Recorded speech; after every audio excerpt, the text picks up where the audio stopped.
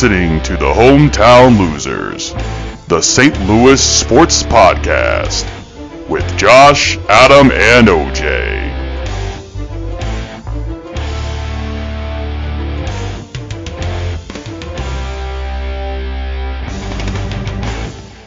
Hey everybody, welcome back here to the Hometown Losers Podcast. This is session number 52. I'm joined as always by my co-host and Adam and OJ. Gentlemen, how are we doing today? I'm doing very well. How are you doing, Adam? I'm doing great. Thanks for asking. Having a great day here. Yes, and for the listeners that do not know, it is Adam's birthday today. Happy birthday to you, Adam. Happy birthday. As you're getting closer and closer to being over the hill at this point, but so are we all. Oh, don't remind me. I'm 364 days away from being officially over the hill. Oh, God. Yeah. At least I have a few years behind you on that one, but obviously I just recently had my birthday. You'll catch up eventually. To be reminded. Yeah. 30 was tough. You just had a birthday as well? Yeah. You just had a birthday earlier this week. I'm having mine this officially. So at least for like 4 days, I caught up with you for a little tiny bit. There you go. Yeah. Oh, yeah. And I owe you. Now I guess I'm officially an old man again. It's a birthday week, man. The birthday week on the line here on the podcast. Yeah. Right. Except for OJ. Yeah, no, I don't. I was not in June, luckily. God damn it. All good. All good. I'll forgive you.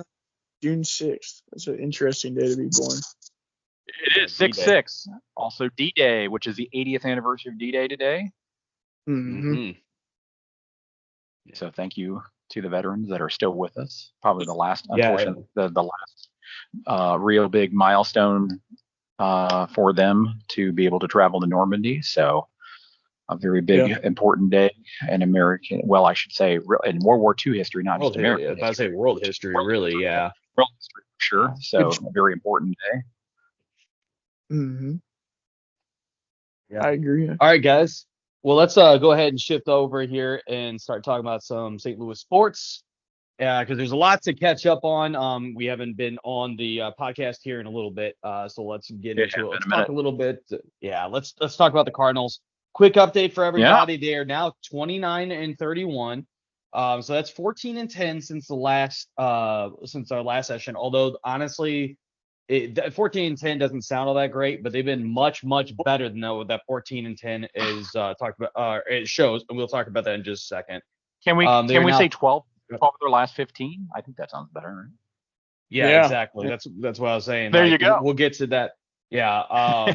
We are now third in the Central. We are 6 games behind Milwaukee, which is even since our last session. But we've moved up 2 positions from 5th now to being 3rd.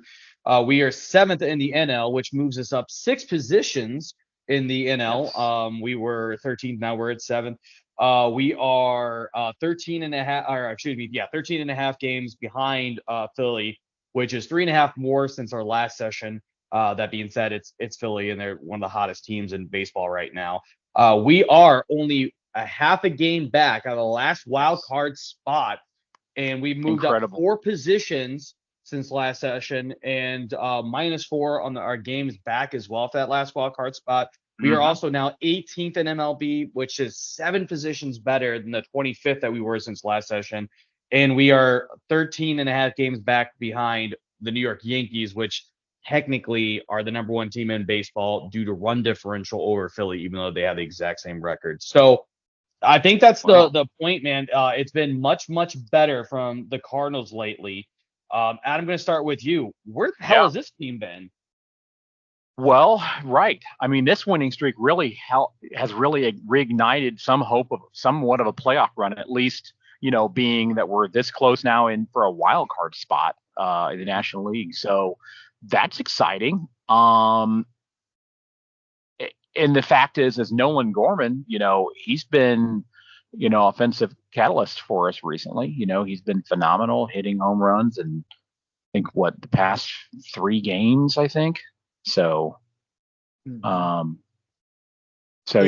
been very good.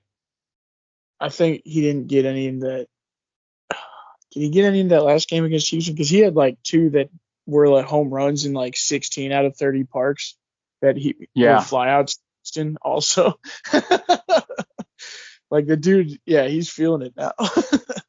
Yeah, it's been incredible. So seeing that, I mean, he homered twice. I mean, unfortunately, that was a loss to the Astros, but but he did. He got 2 homers in that one game. So it's been good seeing that, and him coming through in clutch moments there. Is great to see. The really helped, I think, boost some of the team's morale as well. We've been seeing overall. I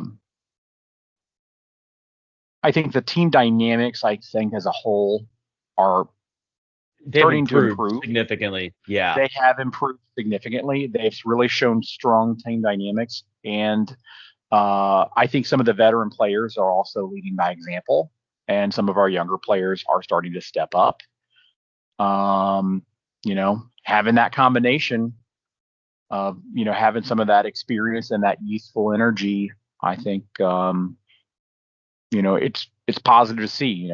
It's definitely a positive dynamic to have that again, like we had before at one point in time. So I'm excited that it seems like that spark has kind of reignited. Obviously, some of our injuries have been certainly a challenge for us for sure. Yep. I think Middleton's, he had a season-ending forearm surgery, it looks like. So that was a big loss in the bullpen. So it looks like they recalled Roycroft. And so, yeah, it's going to be interesting. But I have also seen some improvements overall. Obviously, Ryan Helsley, he's been very impressive. He had, I think, his 20th save recently.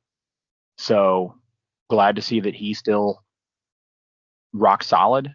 So yeah, I think overall I'm feeling better about it. And the fact is, right now we have a series that we have opened up with the Rockies, and we know that they suck. So I'm going to the game tomorrow. So I'm hoping for another win. Maybe we can get a sweep going on. That'd be great.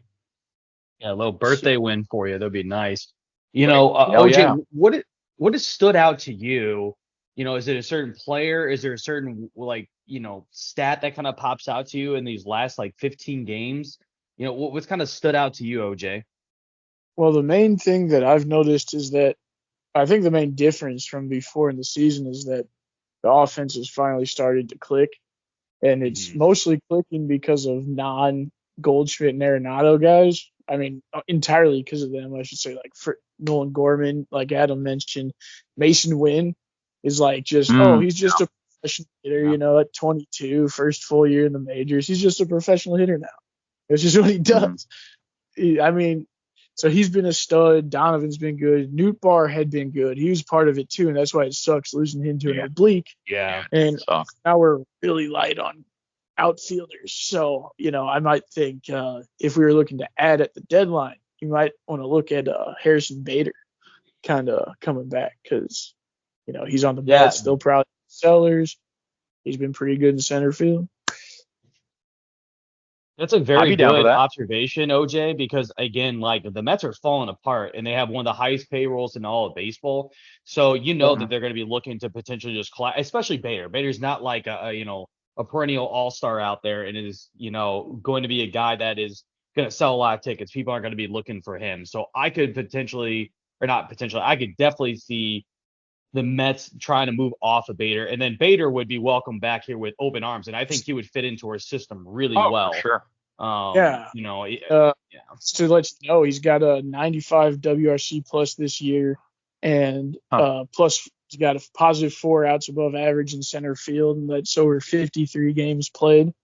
So yeah, he's. I think they're trying to. I think they take every opportunity they can to get him out of games because he's only got 180 something plate appearances, which works out to 3 a game, something like that. So it's not quite as much as a full regular, but he can handle at least close to a full workload. So his bat would be better than pretty much any other option we have in the outfield right now, and he certainly plays defense better than a lot of the options we have that are healthy. So he would probably be a guy I'd look at. I'm not sure what else they got.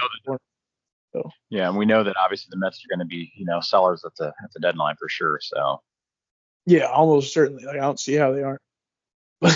I mean, I don't know. Some of the stuff I heard about him, it just makes it sound like didn't one of the Mets players call them say it was like the worst team he'd ever been on, and or something like that. Yes. He was the worst teammate on the worst team or something like that. Like, I well, forgot. I remember Bader was not at all very thrilled with his role. Yeah, with the way things were going with, where he just wasn't fitting in very well at all. He didn't handle it very well whenever he was, he got picked up by the Mets. So I can tell he's not very happy. So I envision that since they're already kind of putting him on the back burner, and obviously there looks like they're going to be sellers at the deadline. There's got to definitely be some chatter about moving him out. Yeah. A mutual chatter, I'm sure, as well. Yeah. And that's what I'm saying. Because if you look at the outfield, like they need a guy. Because I know Bleak, we know take a long time to come back from, and even when you come back, it still is going to nag at you, and you probably won't be able to be as good as you would otherwise. So you got that with Nootbaar. You got Tommy Edman, whose rehab has gone completely off the rails with his wrist. And then you've got, Dylan Carlson, who also doesn't appear to be full. He looks like he's playing through some kind of injury the way he looks out there. And then, other than that, you got Ciani? Jordan Walker needs to be in AAA. Victor Scott needs to be in AAA. On your 40-man, the only other guys you have to play the outfield is like Burleson and Donovan. Burleson, Donovan, and Carlson. And then Ciani. That's what you need an outfielder because, Donovan can handle left okay.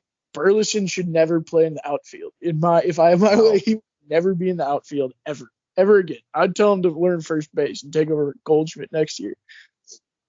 But my point is they really could use a guy like Bader because, if you put him in a corner, since he's older, let's say we put him in the corner, Ciani in center, and then Donovan in left, that's not terrible. It should at least be a pretty good defensive outfield, and Bader brings you a little bit of upside.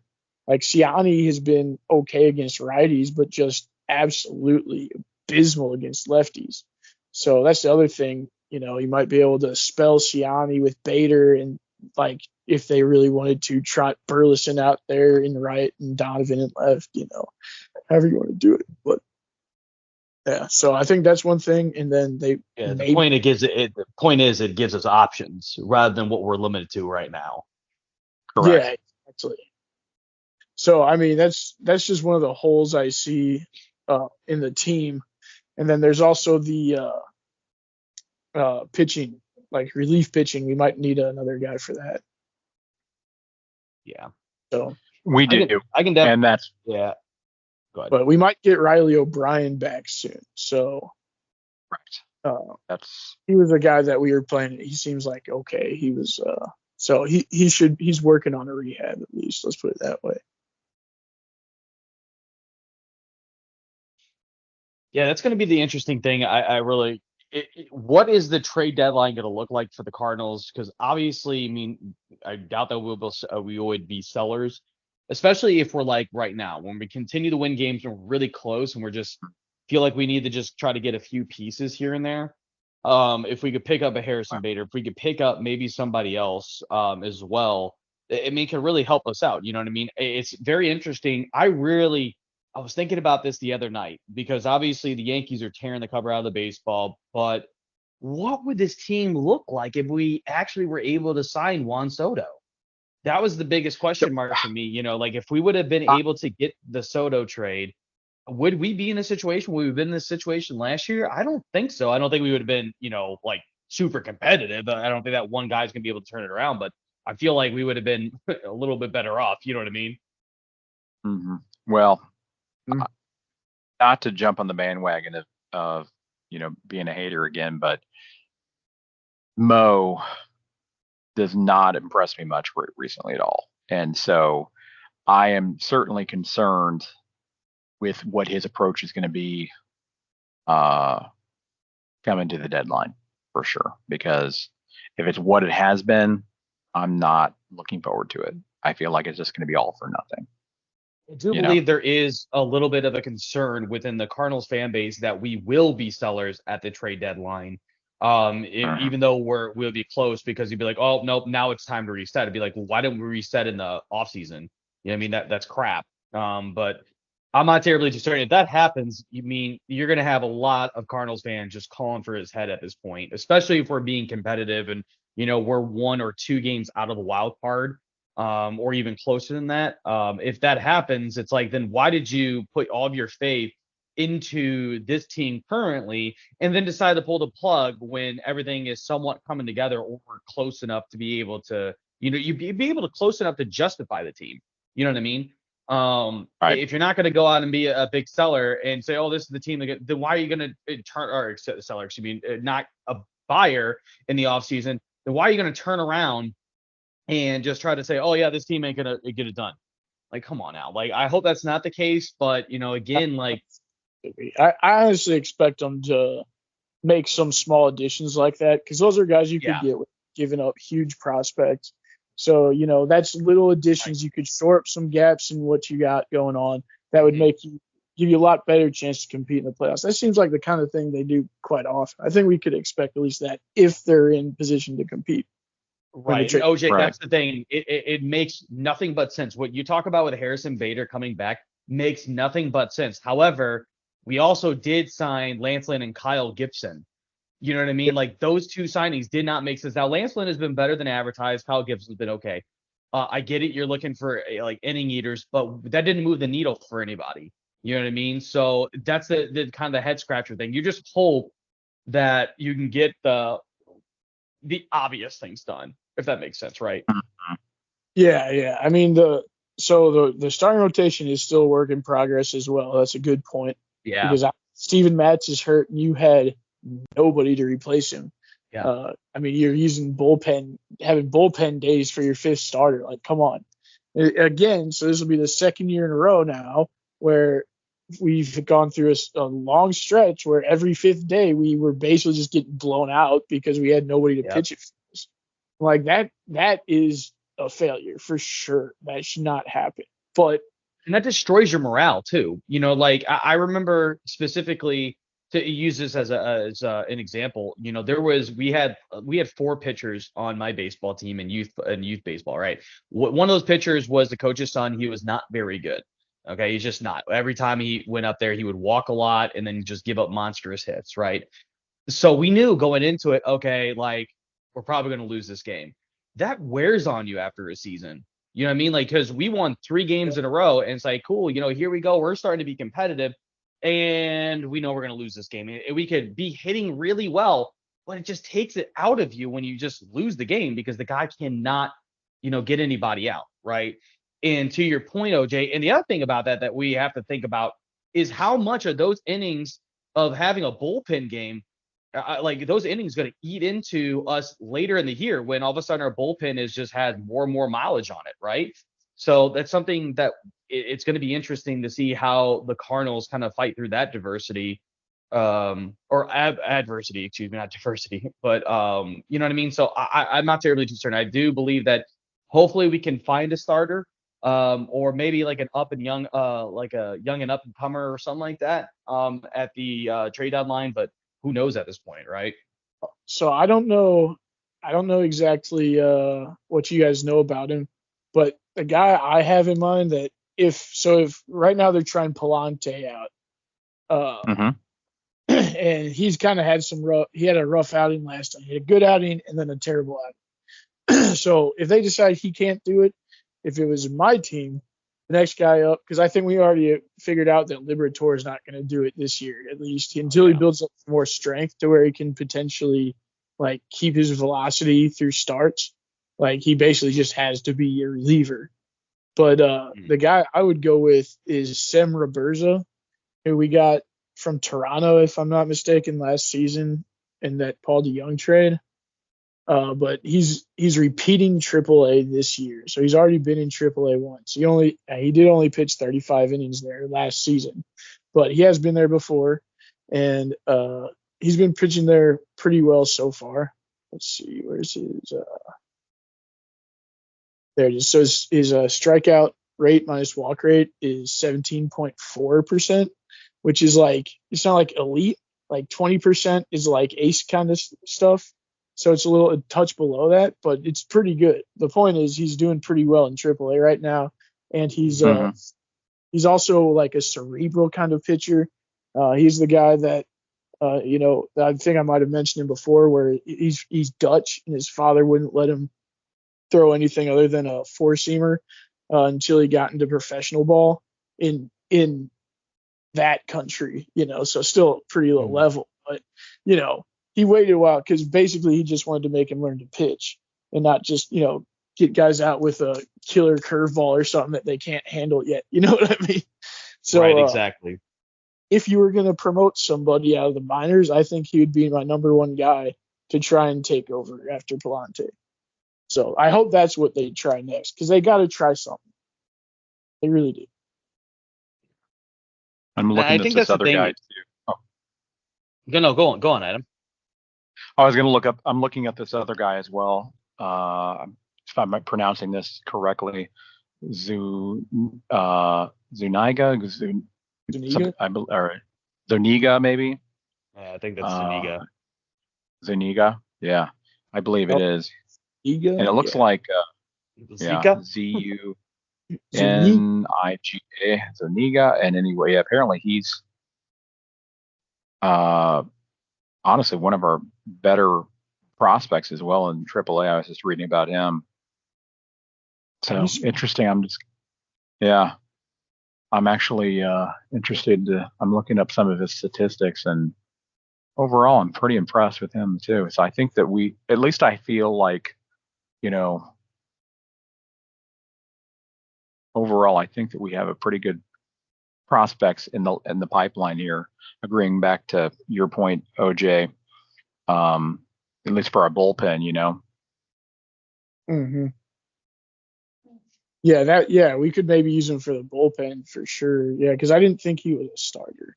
I've heard that name, but I'm having trouble finding him on Fangraphs for some reason. But yeah, no, absolutely. So he might be an internal option, and that's going to be how they evaluate him, right? Like it's the same thing with Sam Roberza.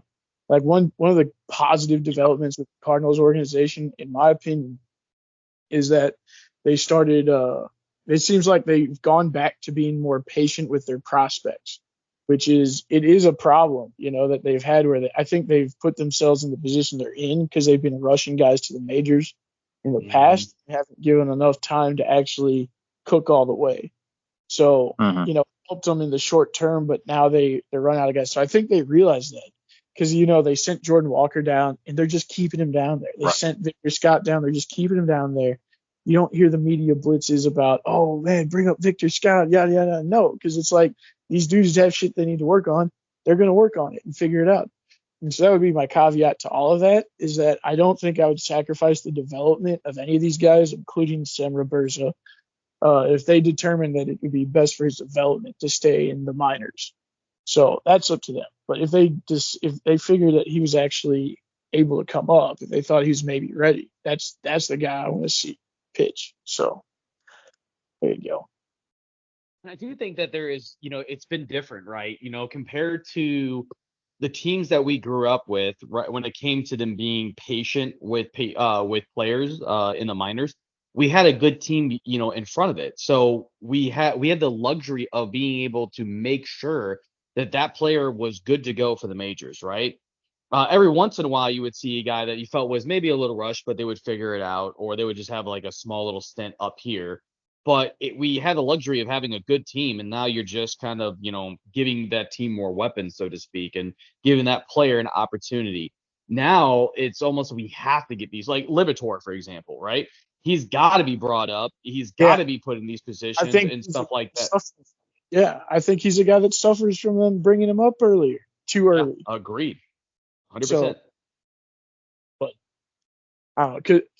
The thing is, when back in those days when they could just reach down into AAA and bring up like a reasonably good major leaguer for pretty much any position, the reason was because they were patient on the front end, which is what they're doing now. Because you got to let your system build up, and then you can start pulling from it.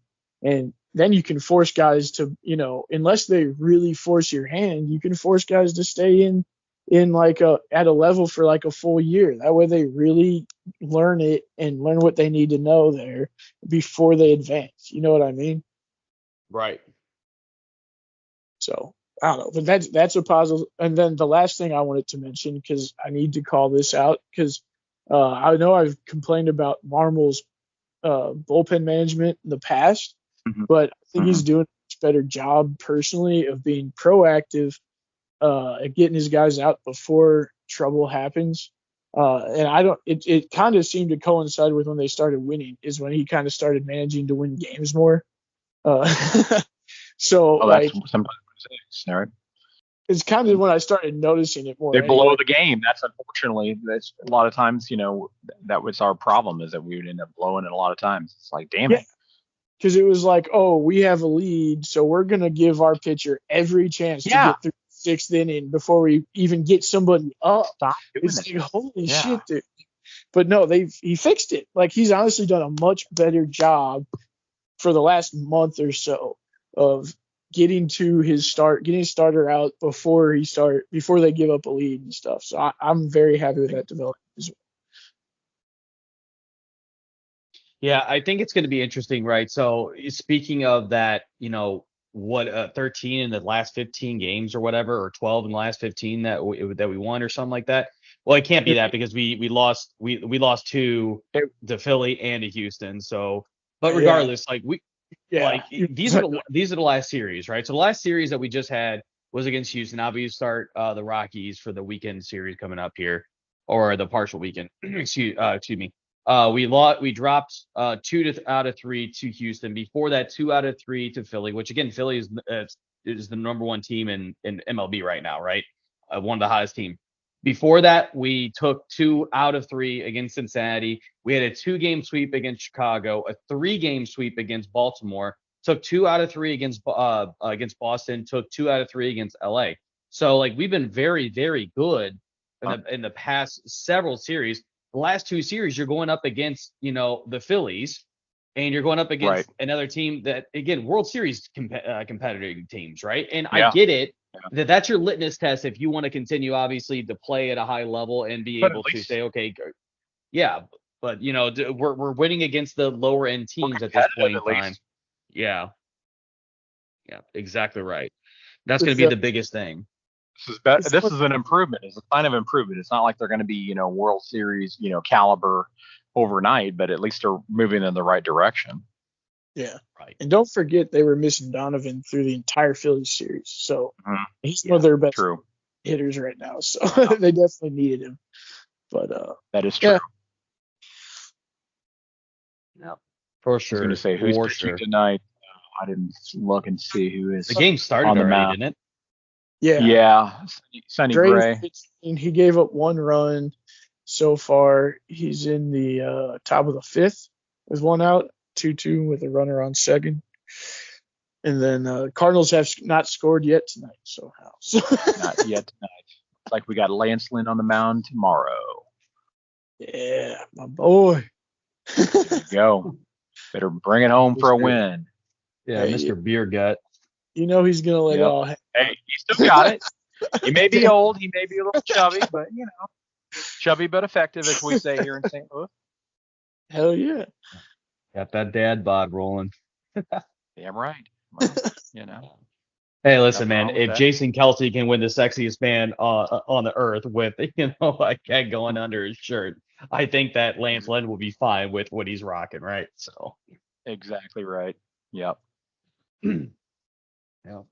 All right, guys. Well, let's transition here and talk a little bit about the Battlehawks. So, the Battlehawks are in the playoffs, and we will host the XFL championship game against the San Antonio Brahmas. It took us literally everything to be able to beat not only the Brahmas last week, but also the Zebras, and by that I mean the frickin' refs. It was the worst officiating game I've ever seen in my entire life. Literally, I walked out of the game at the very end. Like before the very ending, I was so pissed off at the officiating of the game. It was absolute trash. I just said, Josh, I'm out of here. I can't handle this shit anymore. I was like, my blood was boiling. So you guys are gonna have to. Okay, so look, I had it on my phone in the car while I was driving with my girlfriend. So I only had like one eye on the game, so I didn't see any officiating that I had any problems with. So tell me what's your worst. Hated play. The definitely the one that was obvious was that AJ McCarron scrambles out of the pocket. This is towards the end zone. It's actually towards our end zone where Adam and I sit for our season tickets. He's running out. He's out of the pocket. He is going clearly out of bounds. He has 1 foot on the out of bounds. the defender, instead of doing what would normally happen in this play of pushing the player, even if you push him, you're like making contact with him, you're pushing him, or even if you're trying to tackle him, you're tackling him around the waist. He dove at his ankle, like literally dove at the ankle that AJ McCarron got injured. And again, this was very close to being hit out of bounds. I mean, but is that technically against the rules? Well, yes. If he's out of bounds, yeah. Like if he's got 2 feet in the white, then yeah, it's a hit out of bounds, 110%. So if it's the play I'm thinking of, he was in bounds, but barely in bounds. Yes, that's what I'm saying. So yes, he had 1 foot out of bounds, and so then he got hit. It's a legal play. It's how the guy tackled. He dove specifically for the ankle. I'm not saying you're wrong to be mad about it, but I'm just saying I don't think it's anything the refs can really do about that. Yeah. First and foremost, you're not going to call targeting and stuff like that, right? But here's the thing: it was still a dirty play regardless. What followed up after that, though, is what really pissed me off. So I'm just setting off like the precedent here, right? Yeah. Anthony Beck was pissed off about that. Then AJ McCarron gets tackled inside the pocket. He's sacked in the pocket.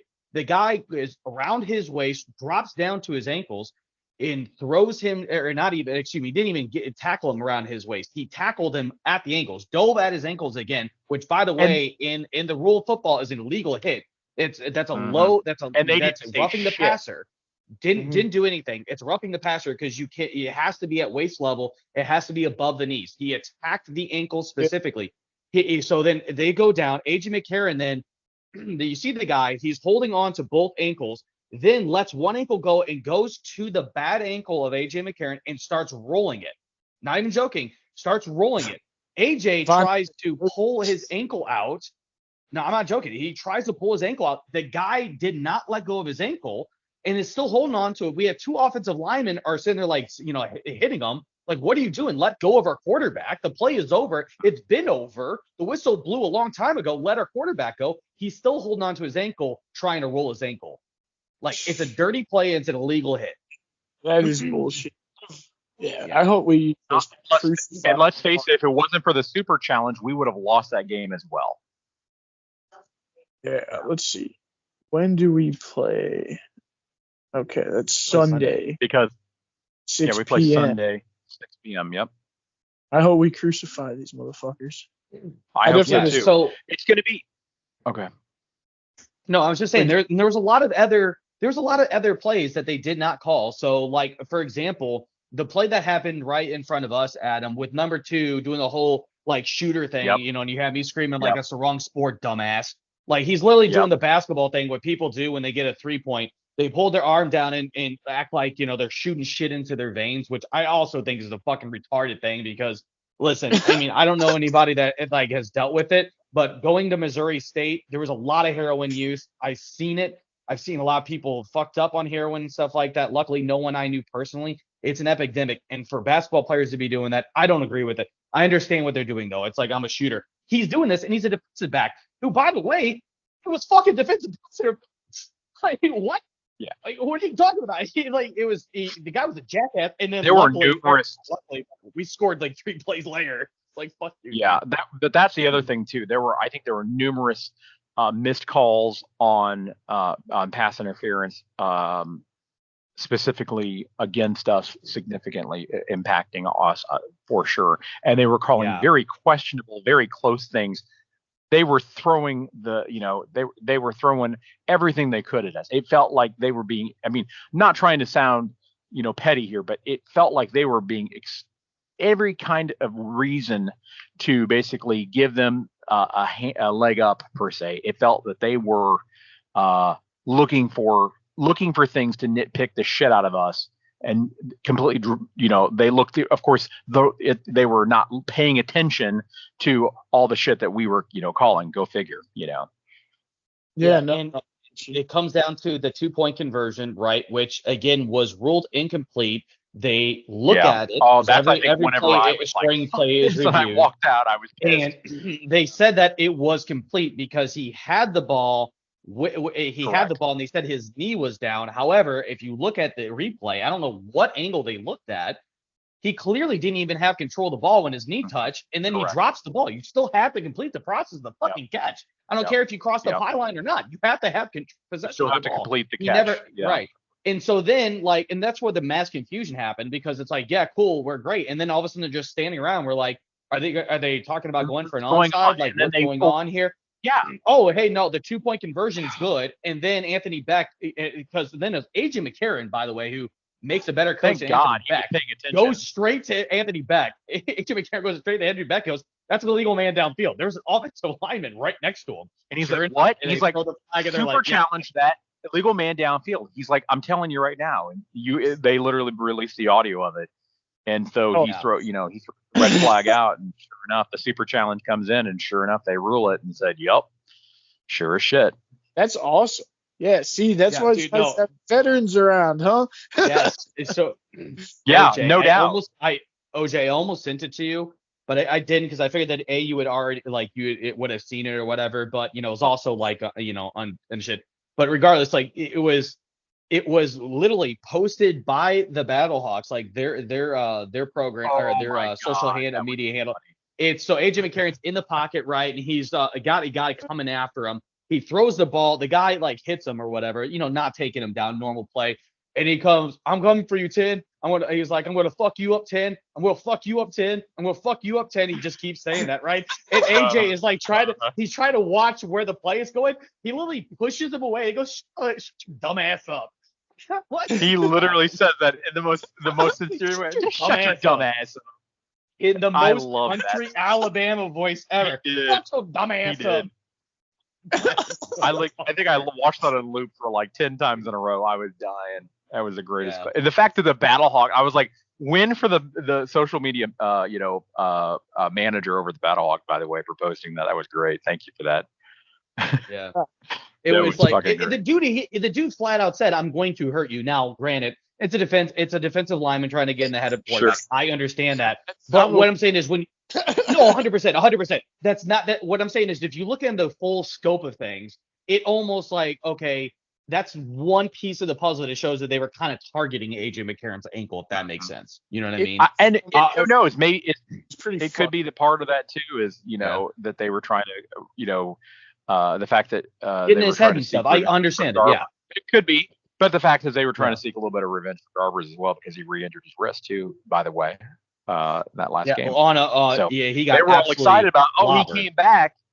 Yeah, they're like, he's all excited that Garber came back, and guess what? He re-injured his wrist. Yeah.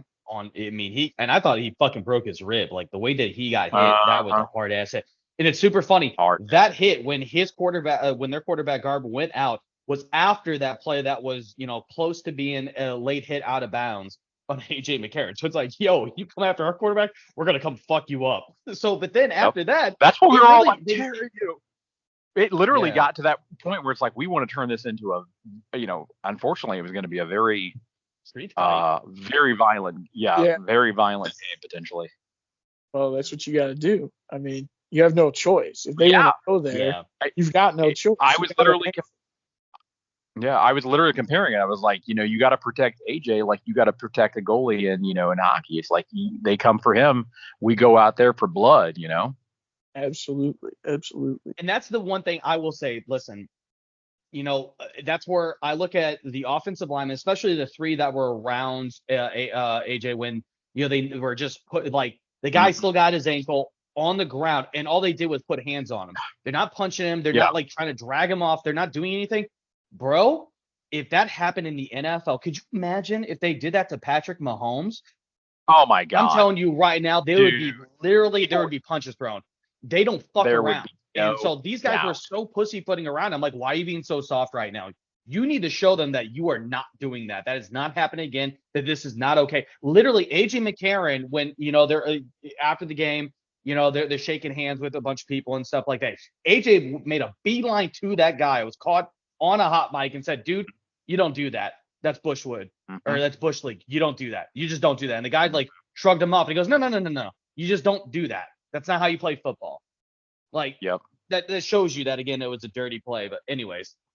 Talking about the guy that was trying to roll up on him. Correct. Yeah, and that wouldn't let go of his ankle. Yeah, it was that guy specifically, that defensive end. Doing that shit doesn't give a fuck what you had to say. That guy's, it's like Vontaze Burfict shit. He's got a personality disorder. Like, most likely. That's probably why he isn't playing in the NFL as we speak. Yeah. Or one of the reasons anyway.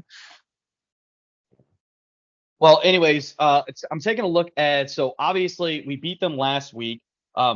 Excuse me, that just was barely, 13 but to we 12. did. Yeah, 13 to 12, which is a crazy score in football, by the way. 13 to 12. Well, that sounds like a baseball game, honestly, or like it sounds like a college World Series softball game. It does beat 6 to 4. A weird score for sports in general, yeah. And it like that I always look forward to watching Iowa games when college football rolls around. This defense, they have no offense, so they're going to win special teams and defense. Dude, by the way, so when I was watching the NFL draft, and there was this huge thing online for people to push for Iowa's kicker to be the number 1 overall draft. Their punter, he was their best weapon. I couldn't stop laughing about it because people were like, signing. Dude, he had a petition. Over 7,000 people signed this petition for him to be drafted number 1 overall. Jesus. I was laughing so hard. I'm like, good Lord, people are just having too much fun. But anyways, we also beat the Brahmas in week 3, 31 to 24. That was a much better game than for us, a more complete game than obviously last week. Which there was times where we show brilliance. The second quarter, Adam, we talked about the second quarter. We were amazing, but then we really couldn't do anything the rest of the game, and we had to hold off on our defense. You know what I mean? Yep. Yeah, I was going to say the second quarter and that second quarter is actually whenever that ugly game really started. Really. When you can see that they were trying to turn up that tempo. Yep. That's when everything's really started getting ugly. But that's obviously whenever we started finally figuring things out as well. And, AJ obviously is making some good plays there. And so, the second quarter was great. And then obviously we had the blocked field goal as well. So that was great. And then obviously that's whenever Garber's re-injured his wrist and all that other shit. And then obviously after the first half going into, the third quarter there was, that was tough to watch for sure. Yeah. So offense was just completely lackluster, and we got the ball back in the first, and but the fact is that we just kept having to punt it left and right. I mean, it was ridiculous. The only thing that kept us in that game was our defense. Thank God. Yeah. But I do sure like our defense. We got a pretty good little team. For sure. Dude, our defensive strength actually, I think, one of the cornerstones of their success for real. Yeah. Well, it's interesting. I think we have a Jekyll and Hyde defense. And what I mean by that in the terminology is we have a defense that is so stingy, and then there's times where we just let them march right down the field and do whatever the hell they want. We saw that a couple times last week. We saw that a couple times in week 8 too against DC. Right? Yeah, it was DC, where it was just like there's times where like they can't move an inch against us.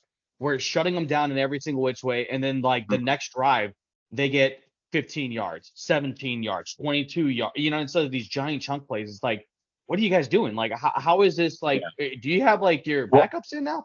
It's so weird, but they to me are Jekyll and Hyde defense, but it's also the same with their offense too.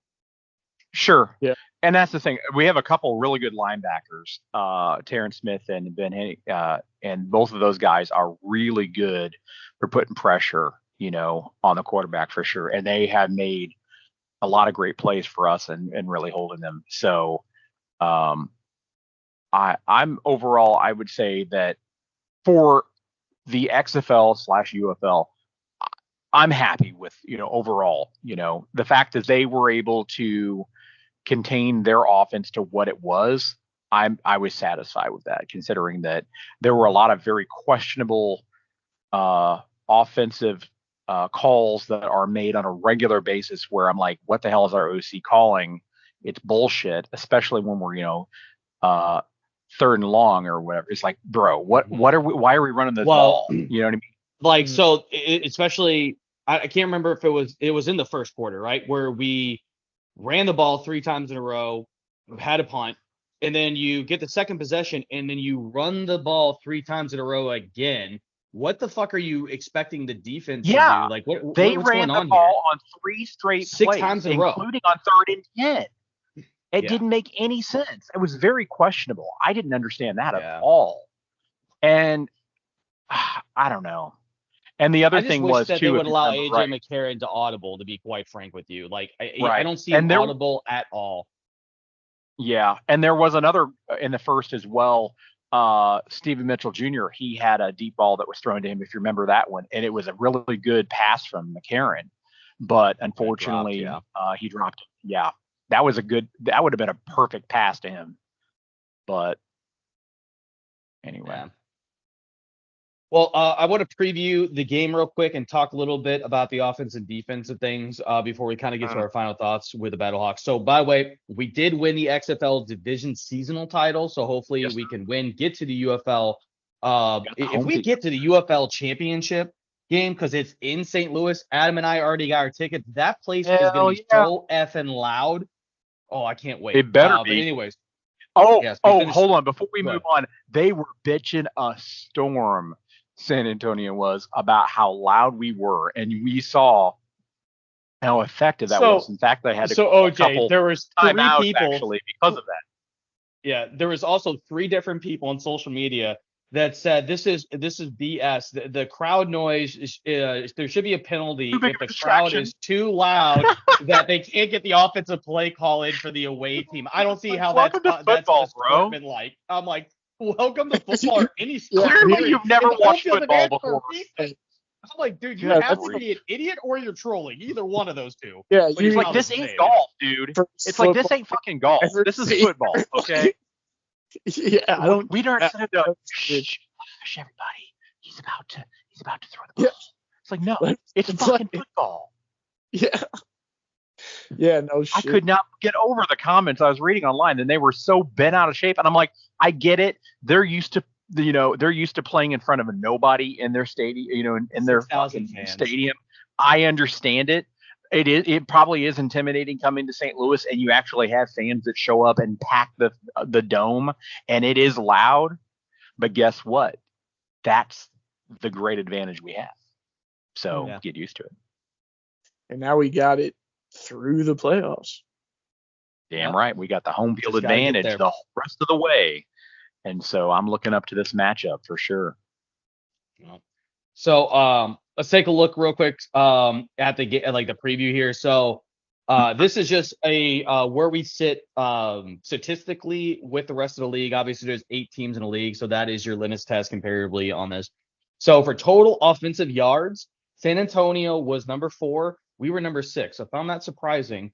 But they were number 4 in rushing yards. We were number 3 in rushing yards. They were number 3 in passing yards. We were number 7 in passing yards, which is kind of crazy. Although, again, we had 2 games without AJ McCarron. And AJ didn't have a great year this year, honestly. He was not, he's not MVP this year. Minus the injuries, or even with even if he played in the 2 games that he missed, he just didn't have he didn't have MVP season to me. He's a phenomenal player, but he didn't. Right. No. Last year he had a better season. 110%. But this is the crazy thing. Yeah. So San Antonio, with all this offensive, statistics, when you look at it, they were number 6 in points scored. We were number 2 in points scored. They, however, were number 1 in points against. We were number 4 in points against. And then when you look at the defensive side of things here too, for statistics, they were number 4 in total tackles. We were number 2 in total tackles. They were number 8, so dead last in interceptions. We were number 3 in interceptions. They were number 1 in sacks, though, so they can really get after the passer for sure. We were tied for 5th in forced fumbles. They were number 3. We were number 4 in fumble recoveries. They were tied for 4th. We were tied for 7th. Tied dead last in the league. So again, it's going to be an interesting way. We need to get started early in offense and just let the defense do what they need to do. We need to be able to penetrate and get after the quarterback, because Adam, we've seen it too many times where that first guy is like, oh, cool, he's going to sack him, and then he just misses the quarterback and then allow the quarterback to do whatever. Luckily, we did enough last time where we were able to get 4 sacks, where you have some secondary and even sometimes a third player coming back in or whatever have you. But we got to be able to that first guy that penetrates is going to have to start figuring out and finishing the quarterback. You know what I mean? Mm-hmm. For sure. Yeah. But yeah, so that game is Sunday. That will decide who goes to the UFL championship to most likely face the Stallions of Birmingham. However, I'm not gonna lie, man. Michigan Panthers are pretty good too. So we'll see what ends up happening, right? Obviously, Birmingham is the favorite, but because they're undefeated, so yeah, they're not undefeated. They lost one game. Oh, I'm sorry, they did. You stand corrected. They did lose one game. You are correct. They did lose one game. Just as bad as they are the favorite. No. Correct. I mean, the guy that injured McCarron was doing the same shit where he's rolling up his leg. Like I saw that replay, I was like, wow, are you kidding me? Like, that literally reminded me of Vontaze Burfict. Like, I'm going to try and hurt your quarterback so you can't beat us. Like, that's what that made me think of. Just trash. So I hope Birmingham gets smoked. Doesn't even sniff. So that would really piss them off, I'm sure. For sure. I would love to see us face against Michigan as well, because again, Michigan was the first game of the season when we lost. I would love that redemption field goal. Yeah, exactly. Like, I think we lost to both teams in the USFL division, but I think that if we could go up against, not only do I believe we would have a better chance, obviously, against the Panthers, but I think, again, there should be the redemption to that. You know what I mean? Like, again, we'll see what ends up happening, right? No, I get you. I could see that way too. Well, I could also see wanting to play Birmingham to kick their asses for injuring McCarron. You know, like, 100%. However way you want to look at it. But I'm definitely either way, we got some business to take care of. You know what I mean? Mm-hmm. Yeah. I mean, I think for me, it's definitely, key is watching our receivers, definitely against their secondary for sure. Because I'm very concerned about, from an offensive perspective, how well, we're going to be performing. As long as we're making smart decisions, and McCarron can connect to our receivers and keep that offense moving, I think we do have the advantage for sure. Because we've seen our defense looks pretty strong against them. And let's face it, they also are, down their quarterback. He's back injured again. So now they're being led by, I think it was Quentin Dormady. So, who's not half bad. I mean, he definitely came out there, and I thought, I was thinking this is going to be a cakewalk the rest of the game, and it clearly wasn't. But I think that gives us definitely a stronger chance of winning the championship for sure. But I still think it's going to be a pretty close game again. But I think we're going to still come out ahead over them. I agree. I agree too. I think it's going to be a greater margin of victory though during this game. Yeah, I think so as well. I feel like what it's going to be is, I think it's going to be a very close game going into the fourth quarter, and then we're going to put like 2 or 3. I think what's going to end up happening is we're going to get like 2 defensive scores, or like 2 real, like maybe like a pick 6 or like a scoop six, and then like another one that gets brought back like within like the 10-yard line or something like that, and then we just go to work and finish it out from there. I think that's what's going to be the difference of the game, or maybe even like a punt return or something like that. By the way, before we move off of the XFL and the Battlehawks, I just got to give out a shout out to Chris Garrett, of the Battlehawks. He was voted the Special Teams Player of the Year. So good for yeah. him. He had 2 blocked kicks this year, 2 blocked punts, which was absolutely insane. He also had 12 out of his 22 tackles on the special teams. He had more blocked punts or blocked kicks, as I should say, than 4 teams in the UFL period. So that's pretty insane. We had 4 blocked kicks leading the way, and he had half of them. So congratulations to Chris Garrett. Normally you see it on a punt returner or something like that, but I love the fact that they gave it to a guy that made great defensive plays. So good on Chris Garrett for that. Absolutely. All righty. Well, guys, let's transition here and talk about our last topic before we go to the sign off and talk a little bit about STLSC, which was a source of inspiration and a lot of energy for us in the podcast last year. Not so much this season. Not so much this year. They are now, so a quick update. They are 3-8-4, so that's 3 wins, 8 ties, and 4 losses. That is 1-1-3 since last session. So they're won 1 game, tied a game, and have lost 3. We are now 11th in the West, which is lost we've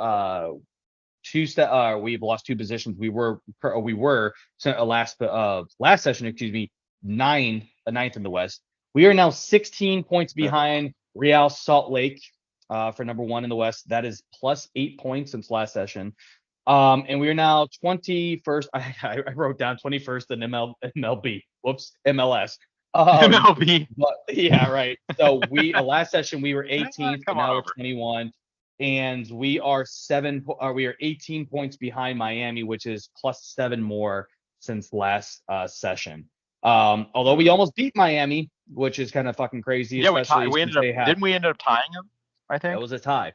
Yeah, and by the way, I'll take that as a win, honestly, at this point. Yeah, right. And before we get to the general discussion and the new signing, there's one thing I do need to bring up, right? This is what, I understand this happens in soccer. I mean, my favorite team internationally, as Adam knows, is Real Madrid, which to a lot of people is kind of like the Yankees of what people equate the Yankees in European soccer. They just signed Kylian Mbappe, the best player in the world by a lot of people's statistics. They do have Bellingham, they have Rodrigo, they need Junior. They have a ridiculous lineup all the way through. Real Madrid's always been that way. They have the money to be able to back it up, but because there's no salary caps, right? Or anything like that. This is what I have issues with. When the MLS was made, they had salary caps into it, so they kept fair play. They kept the American rules for the international game. Even when Christian Bale came over, even when Wayne Rooney came over, or when David Beckham came over, they all had to fall underneath that. Lionel Messi's contract, or what his earnings are, it just finally got released. It is $20.8 million, which is higher than 20 MLS's entire payroll. So that tells you the lapse. Oh, by the way, Luis Suarez, his running mate, also in Miami, he's also making $9 million, which is higher than 3 teams' entire payroll. So you have 2 players on that team that make way more money than a lot of combined teams. I get it. That's soccer. That's going to happen. You just got to be able to try to get those players to your team. But how do they have the money to be able to back it up? But this is the problem with it. And when you have MLS, which is, let's be honest, is not MLS. It's not even close to being compared to Premier League, League A, or League One, as I should say, Series A, or fucking Bundesliga, or La Liga, or any of these other giants out there where there's a lot more money and a lot more competition. It's just kind of ridiculous. You know what I mean? One of these things is not like the other. I get it that Messi coming to MLS is, we've talked about this so many times on the podcast. It's good for the MLS because hopefully we can get more players. And it does seem like, Luis Suarez came over. It sounds like more people are coming over. Antoine Griezmann is, has conversations about him coming over. Reed, from Dortmund, it looks like he might be coming over. Hopefully does sign with City. But it's just to the point now. Okay, but with the Galaxy. I think I saw that he signed with the Galaxy, if I'm not mistaken. He didn't sign. So when it was last Saturday, because I watched I watched as much as I possibly could of the Champions League game while we were at the Battlehawks game. But he was still there, and there was no decision that was made. I can definitely take a look at that. He was on the discovery list of Charlotte. Yeah, so it's the same thing. He's just in conversations with LA Galaxy, it sounds like. He has not signed currently. Okay. It looks like they're the ones that are probably going to land him, though. That would probably at this point, especially with the new signing that we just got, which is another attacking midfielder, which is what Marco Reis would play. Yeah, you know but I mean? So it's not the same thing either. Not the same caliber. No, yeah, I'm with you. 110%. Not even close to being the same type of caliber player.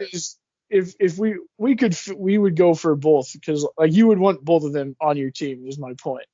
Like it's not like 110%. They fill the same role. We can't get Marco Reus now. Like you'd go get Reus and you'd figure out a way to fit them both in, you know. But yeah, sounds like he doesn't really want to come here that bad, so that sucks. Yeah, which sucks, I guess my point made a lot of conversation with him. But go on, Adam. I'm sorry, I didn't mean to cut you off, bud. I just wanted to say, but I guess at what point though? I understand that they're trying to draw new interest into the sport, but at what cost? Not literal cost, but at what cost are you going to do this and potentially ruin the sport for so many other, teams and that are out there that can't afford these players? And Adam, that's a very good point. Well, because listen, so I went to go on. Sorry. Well, because the fact is you do this and then all of a sudden, attendance is going to start, I think, dropping quite a bit I could be wrong, but I have a tendency to believe that we've seen this before, very lopsided teams where, teams that come in and just completely dominate. Of course, they can have attendance out the ass, but the teams that can't afford anybody, they literally wind up with nobody showing up to this, and supporting them. So it's like, at what cost? How much? I guess the point is you have to keep it somewhat balanced. I'm not saying that everybody is treated equally here, but you have that balance in all other major leagues, major sports. Generally speaking, there's some clause that tries to prevent this from happening. Like the bargain agreement. Yeah. Yeah. It's like, what? So, yeah, go ahead. And Adam, I'm going to put what you just said in perfect context, right? So when I was trying to look up the signing that we had, right? Because I was trying to get more information about Cedric. So I just went to ESPN, went to MLB, and I selected the St. Louis City, so STLSC's news, right? So the first thing that pops up is Roman Berkey expecting Marco Reus to join MLS, right? The second one. St. Louis exposes Inter Miami's flaws in Messi last game pre-Copa. The one right before that, Messi signs off for Copa with goal in 3-3 thriller. Then the one before that, Inter Miami draws with St. Louis City despite Messi and Suarez goals. The one before that, Lionel Messi scores his 12th goal in 12th game for Inter Miami. The one before that, Messi Suarez fit to play for Miami versus St. Louis. And then let's see. It's not even the sport anymore. It's just because all they care about is selling Messi merch at this point, I guess. Yeah, you see what I'm saying? So like the entire thing of that. And so, by the way, that how all much is it about the sport and more than just Messi? I mean, you're putting all your eggs in one basket for one dude. And what happens? I'm going to bring this up like we did last season. What happens if something happens to Messi? Then what? I mean, we saw it last year when he got injured. He got injured at some point this season as well. Luckily for him in Miami, that's a lot riding on that. Yeah, you know what I mean? 110%. That's a lot riding on that. That's a big risk. I'm not saying that it's not worth having him here for sure, but I think you see my point. The thing is, it's going to be short-lived. The guy's like fucking 40. You know what I mean? Like, yeah, I get it. He's one of the best players in the world. That's the reason why he's here. It's because he's at the end of his career. There's a reason why he's here playing for the MLS. Otherwise, he'd still be doing what he was doing, Yeah. 100%. Yeah. So I understand, and I can see the pros here, but at the same time, I feel like they're really clenching their jaws real deep into this, and I don't know. It's And that's seems like truly they're the problem, getting a Adam. little too fanboyish. Right. There is the true problem with it is there is a lot of pros and there's a lot of cons. But those pros are very big pros and the cons are very big cons. There's no middle ground with Messi being in the MLS. You either it's awesome or it's bad. And depending on what side you look at it is going to be really bad or really good. You know what I mean? There's no middle ground with this. And so it's just unfortunate with the way that the league is now. And obviously, we wouldn't even be talking about this if City wasn't around. If we didn't get awarded a team, we wouldn't even talk about Messi in the MLS or whatever, because it would, it wouldn't be, definitely would be on this podcast or whatever. Maybe we'd have mentioned it at some point or whatever. But, it's just one of those things. So, as much as, again, Messi is good for the league, it's really good for Miami. It's terrible, really, for everybody else. And I take a look at that when you have St. Louis City that set a bunch of records. That is now in their second season. You want that team to succeed if you're MLS because it's a huge stream of revenue. It shows that, hey, expansion teams can come in and immediately be impactful. Don't forget, you have San Diego coming right behind us. You know what I mean? They're coming next year. So you want that team to be successful. But if you remember when we talked to Danny was like, guys, curb it. Like, curb the enthusiasm here. City's a decent team. They got an okay team and all that. But they're going to hit to the point where they're going to be running into teams that have been playing together for years and years and years. Luckily, we didn't have that. We're kind of starting to see that now. But I feel that interest in St. Louis, tickets are still selling really well. But I think that interest for normal people is starting to fade away a little bit. Not only because our team isn't doing all that great anymore, but because of the fact that, like, again, you look at it, it's like, okay, so even if we make the playoffs, we go to the finals, how are we going to beat Messi? You know what I mean? How are we going to beat Messi and Suarez, two guys that competed the World fucking Cup? You know what I mean? Like, we got nobody on the World Cup roster on our team. But we just went down to Miami and fell into a draw, and we should have scored like 5 on them. And on top of that, we still could have scored more if the refs just called the obvious, like, hard foul. Like, 4 guys committed Salio at the same time right in front of the, on top of the box. Like, there's a good chance that's a goal because we've got Leuven back. Well, apparently that's legal according to the refs. You can just bowl a dude over if he's starting to get close to scoring on you, I guess. Which, I don't know why we don't do that more often. Just start shoulder tackling people to the ground, And that's the one thing I want to say, too, about MLS is they got to do something about this fucking officiating, man. Because, like, even remove Ted Uncle. You remove Ted Uncle. They are so effing inconsistent in the MLS when it comes to officiating. Like, you can say whatever you want about La Liga or Premier. Listen, there's a clear distinction between the rule interpretation. Like, I'm just going to use these two as an example. La Liga and Premier. They are the number 1 and number 2, respectively, watched soccer around the league. Or around the world, excuse me. Everyone knows that bumps and bruises are going to not be called in the Premier League. Meaning, like, if a guy does this where they're kind of shouldering him, it's way more physical of a game. The refs kind of let that go unless it's a much harder foul, right? In La Liga, that doesn't happen very often. They kind of stick very, very conservative, strict to the rules, letter of the law when it comes to fouls. So there's a lot more free kicks, a lot more penalties and stuff like that happen around it, right? But again, MLS doesn't know what the hell they have. And each single one of the MLS refs has a different interpretation. How are you going to be consistent then? I have no idea what the hell's going on.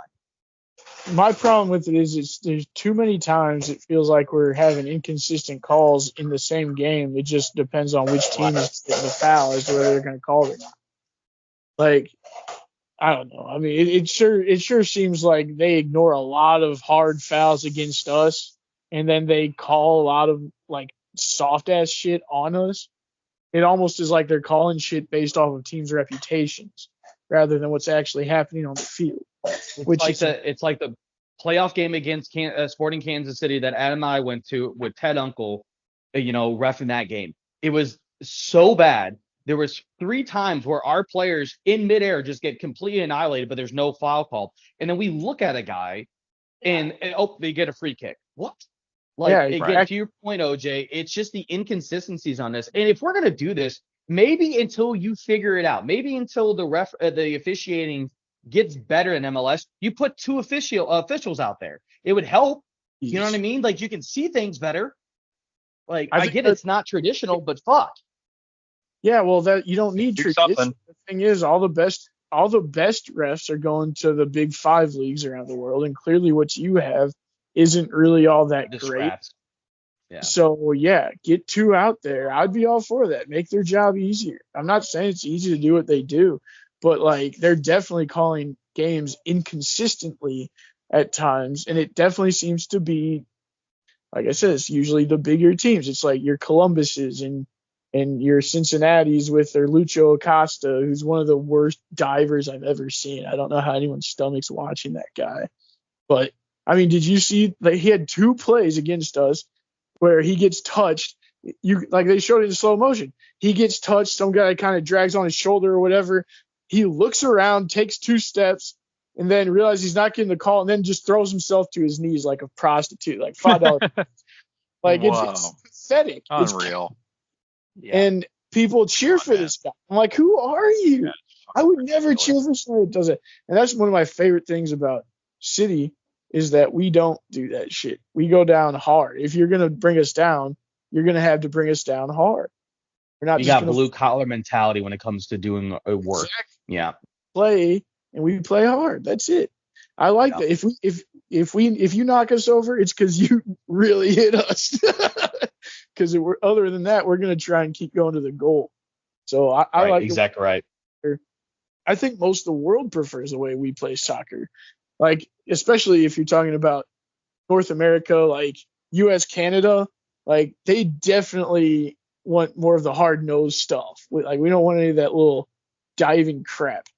So if you want to grow the game in North America and Canada, which I assume MLS really does, then that's how they should officiate. That's how they should attack it. Yeah. EPL, yeah. Yeah. Be a little bit more premier, rather than in between Premier and La Liga. I'm totally with you. Yeah, and right now it feels like they kind of like cater to the European stars, or other international stars, I should say. Just like, Lucio Costa, like he's a tiny dude, so he needs to get calls when he gets hit. And everyone knows Acosta because he made, 2 or 3 World Cup rosters for the United States. So but he's also no longer on that team because he was soft and he's a little older too. But yeah, no. Yeah. So it's whatever. I'm just complaining about it. That's honestly like the worst thing about MLS to me is that I don't feel like the games are necessarily always officiated fairly. I think the refs do affect the outcome all too often. And if they could fix that, though, I'd be all for it. Because in general, I love soccer, the sport. Like it's really fun to watch. So right. All right, guys. Well, let's get to the last little bit of talking about City before we head to our sign off real quick. And so, OJ, you're probably going to have to help me with the last name pronunciation of Cedric here. Is it Tuchert? I've heard Toykert, maybe something like that. Okay. Tukert or Toykert, probably something in there is probably safe. Okay. So, Toykert, whatever. Yeah. So we signed him. He is 27 years old. He's an attacking midfield player. Played in the last 2.5 years in Bundesliga 2. So it's not the Bundesliga 1, which is the highest level in the German league, but his second. He did play in Bundesliga 1, and he played for Germany with Leuven for a couple of games internationally as well.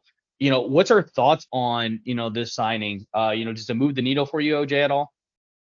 Yeah, absolutely. Because I think that's probably the biggest issue our team's had this year is putting the ball in the back of the net. It really is just the last third of the field. If we could get a little more consistent there, we could be a top team in the league. Because we put enough pressure on to score way more goals than we've scored. So we clearly have finishing issues. This guy I think they actually signed him as like a midfielder, but he's listed as an attacker when he's in the Bundesliga.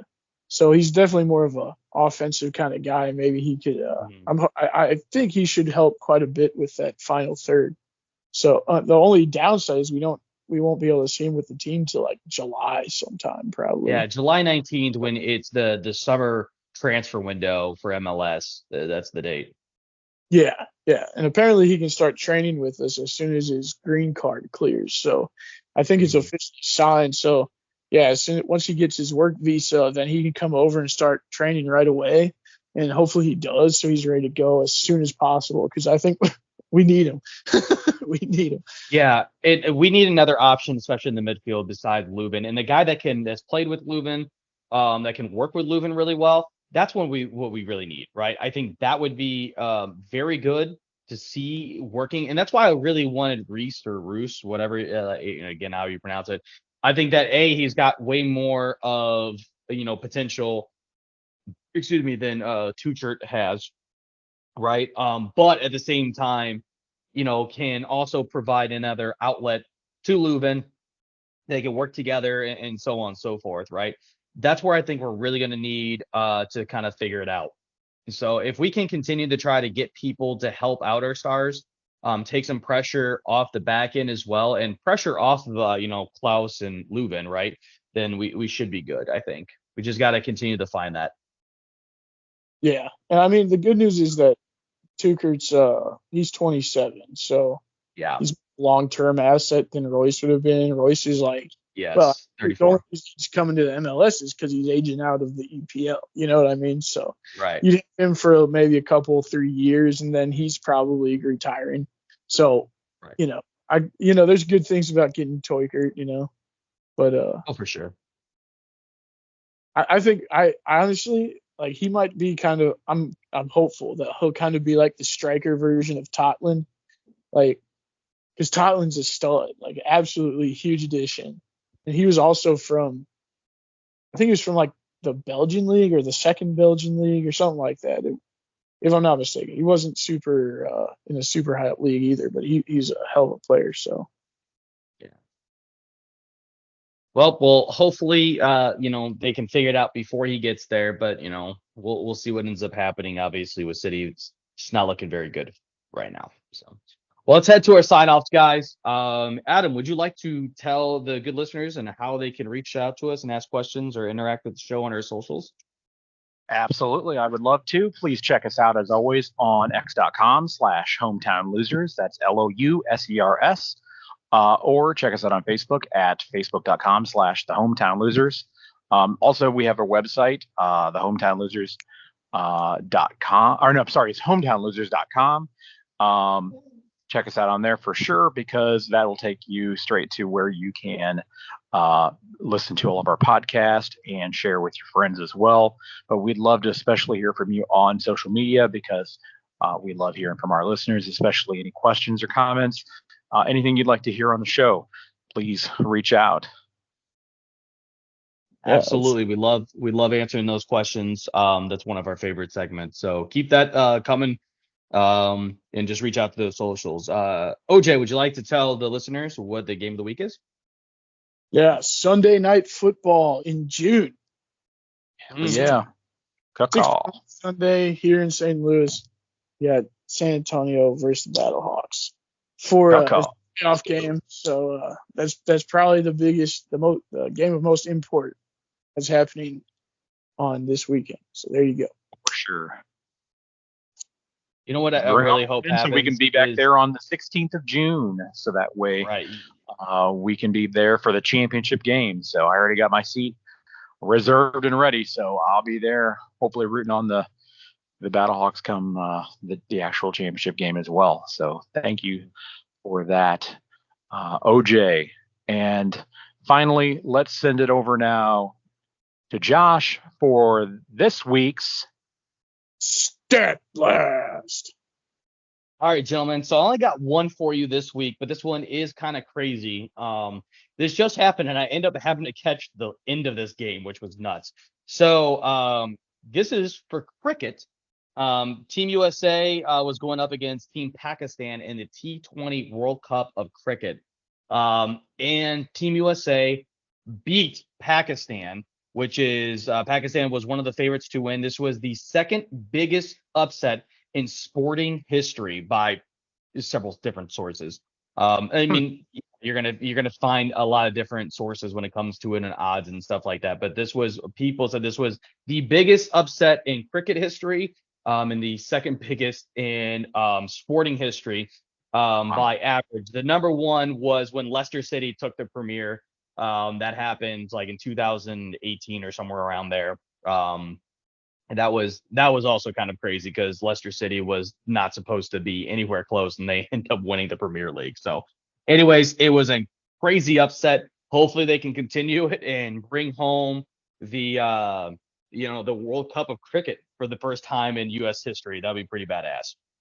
So. Hell yeah, let's go. Yeah. USA. Yep, USA, good call. Right. I hope we get to the championship game and we're there. We win the damn trophy, and I guarantee you everybody's gonna be screaming "fuck Stan Kroenke" on the top of their lungs. Time. It'll be awesome. I I will be one of them. Right. I'll be right there with you, man. To buy a ticket right there. Yep. Yeah. So fill the dome. Going so out. Sure. You don't have your ticket. Go out, buy a ticket. They're cheap. It's a lot of fun. Totally worth it. You will not be disappointed. Yes, sir. All right, guys. Well, I appreciate you guys. As always, appreciate the listeners. And you'll catch us next week here on the Hometown Losers podcast. Have a great night, everybody.